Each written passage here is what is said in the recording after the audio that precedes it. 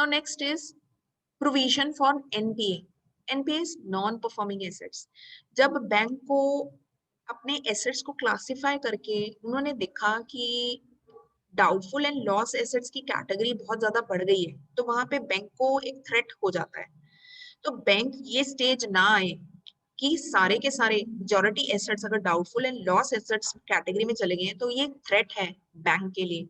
तो ये कैटेगरी ना आए, ये सिचुएशन ना आए, बैंक हमेशा एक प्रोविजन क्रिएट करता है, कुशन क्रिएट करता है for the purpose of NPA, non performing assets, कि कल को अगर ऐसा हुआ तो उनके पास इतने पैसे होने चाहिए या कोई प्रोविजन होना चाहिए कि किस तरह से वो ये लॉस को बेयर करेंगे.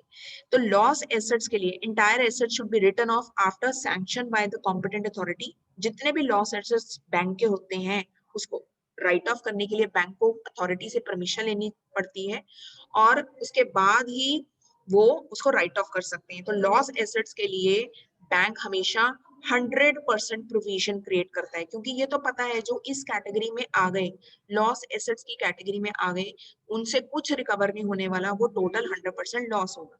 नाउ जो डाउटफुल एसेट्स की कैटेगरी है, इसके लिए जो प्रोविजन क्रिएट किया जाता है, इसमें दो डिमार्केशन होती है.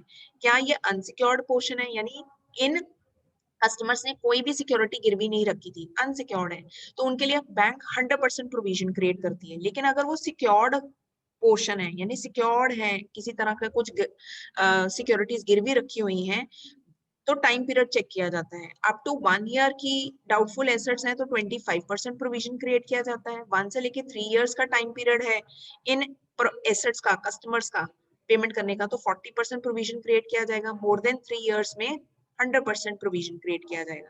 उसी तरह जो कस्टमर्स सब स्टैंडर्ड एसेट्स की कैटेगरी में आते हैं, उनके लिए जो प्रोविजन क्रिएट किया जाता है, अगर तो वो सिक्योर्ड है, उन्होंने कुछ गिरवी कर रखा है, तो सिर्फ 15% टोटल प्रोविजन क्रिएट करने की जरूरत है, क्योंकि बैंक वालों को टेंशन नहीं है, सिक्योरिटी है. लेकिन अगर अनसिक्योर्ड है और वो इंफ्रास्ट्रक्चर पर्पस के लिए लोन दिया गया था, तो टोटल पर्सन उनको प्रोविजन क्रिएट करना होगा.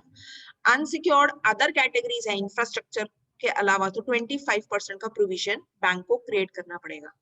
सब स्टैंडर्ड एसेट्स के केस में ना क्वेश्चन ये आता है कि जो कस्टमर स्टैंडर्ड एसेट की कैटेगरी में है, उनके लिए क्यों प्रोविजन क्रिएट करना है. क्योंकि बैंक हमेशा ये रूल फॉलो करती है, provide for all the losses, do not provide for the income. तो स्टैंडर्ड एसेट्स की कैटेगरी में जो कस्टमर आते हैं, वो कभी भी डिफॉल्ट सर्कमस्टांसेस ऐसे राइज हो गए कि डिफॉल्ट कर गए, तो उसमें जो इस सेक्टर के हैं, एग्रीकल्चर एंड एसएमई सेक्टर को जो बिलोंग करते हैं, तो उनके लिए सिर्फ प्रोविजन 0.25 होगा.